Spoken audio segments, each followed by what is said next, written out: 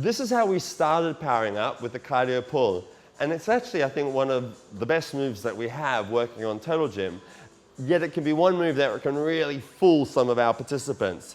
Because we have two things happening at once and it's a total body movement, we have the lower limbs taking partial or weight-bearing load, and we have the upper body being involved in a pulling or a lat pull-down motion.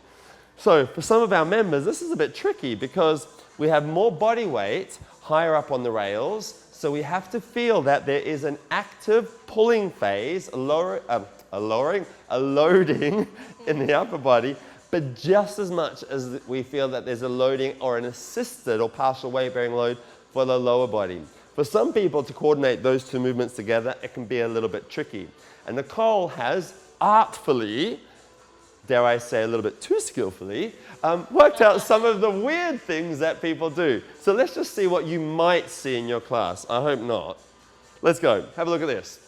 So something where, see how the cables are loose? What's happening now is our client, or Nicole in this case, is not taking any load through the upper body. She's just using all of her legs. So that's doesn't work for us. We want to feel upper body load, lower body. It's not too strenuous, but there has to be a connection to the action and the muscles required to do that movement pattern. Let's try something else where they also don't understand the load.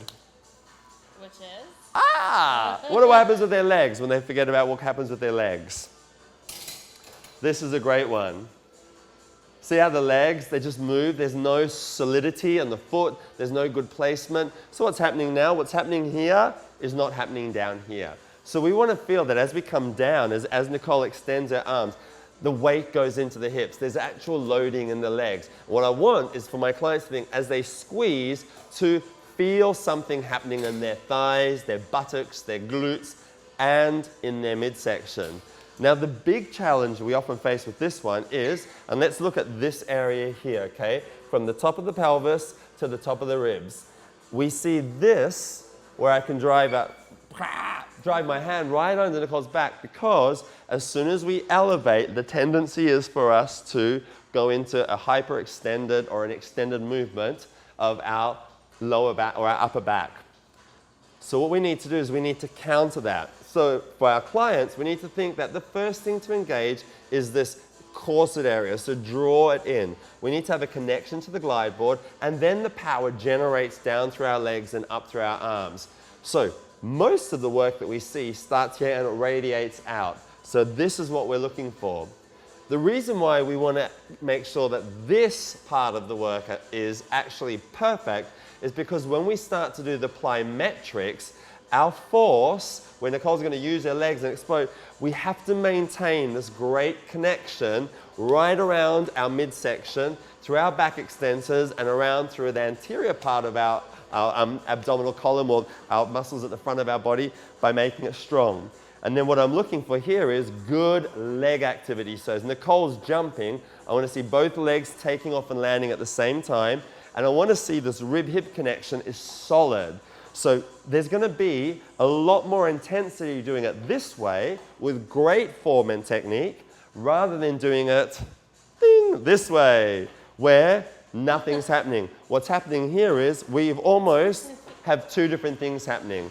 The arms are doing one thing, not as good as they could be. The legs are doing another thing. And the most important part of this chain is doing nothing, all right? So we want to work from the inside out. We want this to be what's strong, and then we want everything else to add to the benefits of this working well. If this is weak, then this is weak and we have no control, and this is weak. So let's go back when you're doing those really great plyometric cardio pulls, because what we have now is long levers, long extension here, great. Then we did the little tuck where we brought the knees to the hands. So long arms to the front, and what we want to see, can both knees come up at the same time whilst we still maintain this great form in the midsection. This stays strong for the whole time, and then we added rotation. So these are all little ways to increase the intensity and the load, but the most important point is that the whole area here has got great stability, all right? The cardio pull will take us into this position, and we need to avoid it and bring it back into this position. So play around with that one, because when we do the second set in the warm-up that you do in Powering Up, you'll see that they might start great, but the momentum and the speed can overtake the importance of the form and technique. So as a great instructor, you have to be able to look and see what's happening and almost be pre-prepared to address it every time before it happens. So play with it yourself, see what it feels like in your own body. What did you respond to when you gave yourself the tips? And then also figure out what's going to work best for your clients, because it is something that is very hard for them to understand. But enjoy it, because it's a great move anyway. So thanks for joining us.